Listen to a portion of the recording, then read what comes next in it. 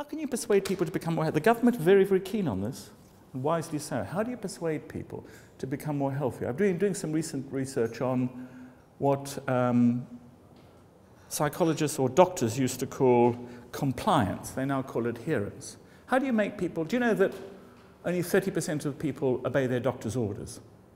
Only 30% of people follow the criteria the doctors say. Huge amount of money is wasted on this. People don't do what their doctors suggest they should do. So the question is, how do you persuade people to be more healthy? Because this government, like all governments, want people to have less ill time. It's bad for them. So, how do you persuade people to take an influenza shot? It's the right time of the year, is it not? It's the time of the year when people should be taking influenza shots, because if you don't take an influenza shot, you get influenza and you go off sick. So, number one, don't forget to use your flu jab. You remind people. 2, ask them to write down a date for the flu jab. 3, ask them to write down a date and a time for the flu jab. And you see those rates going up. Now, to you say, yeah, but that's only 4%. Well, 4% of a very large number is a very large number and can save the government a great deal of money.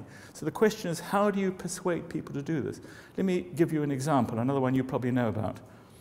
When you go to hotels, what is there in every bathroom these days? Have you noticed? In the hotel bathroom, there's a little notice. Use your towels. Exactly. Why do they do that? Allegedly. Allegedly. For environmental reasons. Correct. Allegedly. They don't put it on the bed sheets, do they?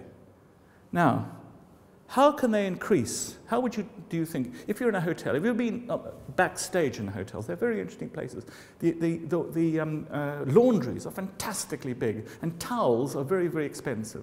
So it's in their interest you to not use the towels. So they put these little notices. Can you think of a way of saying something on that notice to increase people using the towels and not using the towels? Could you think of any strategies? Just on the note. Go on, go for it. Having read the book... Have you read the book? No, I jumped a bit. Maybe say 80% of our clients don't reuse their towels. Don't want their towels changed. Yes. So what you're saying is, not, it's good for the environment, but 80% or 60% of people who come to this hotel, we did that at HSBC. In fact, and there's one other thing you can do. If you say 80% of people who come to this nice hotel, good hotel, I'm going to the Shangri-La Hotel is that a good hotel? I think it is, in Abu Dhabi. 82% of people at the Shangri-La, because they're nice, kind, greeny sort of people, do other hotels. What about this one? 94% of people who have used this room in the past.